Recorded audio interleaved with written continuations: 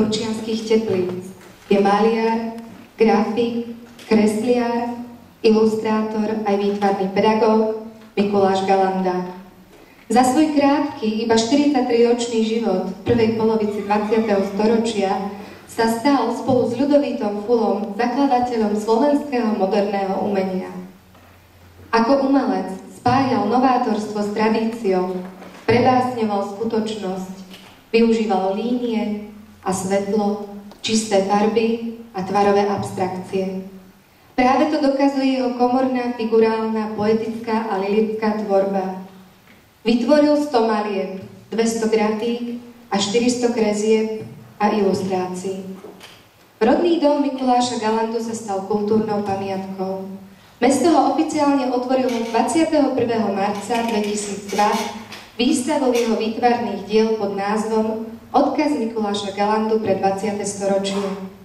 Veľkú zásluhu na vzniku Galandovej galérie má umelcová manželka Mária, ktorá manželovú výtvarnú pozostalosť uchovávala a aj otvorenie galérie iniciovala, za čo získala roku 1993 titul čestnej občianky mesta Turčianske Teplice.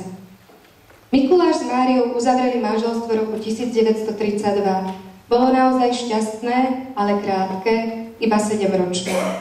Práve vtedy dochádza k najtvorivejšiemu a najplodnejšiemu obdobu v jeho umeleckom vývoji. Zaujali ho motívy ženy, dieťaťa, ale aj postavy chudobných, zbojníkov, klaunov, žobrákov a pijanov. V tomto čase vznikajú známe diela Madonna, Po kúpeli, Ráno, Žena, Zadumaná, ale aj Gajdoš, Loďky, Smutní zbojníci, Pijan a iné. Mária svojho manžela prežila o 61 rokov. Do konca svojho života bola vernou ochrankyňou manželových diel, ktoré on miloval ako svoje deti.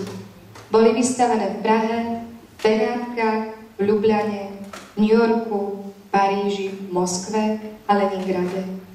Niektoré z jeho obrazov sú ozdobou aj Turčianskej galérie v Martine. Napokon strážia ich tam aj manželia Galandovci, lebo Máriu po jej smrti pochvali roku 1999 jej milovanému Mikulášovi na Martinskom národnom cintoríne.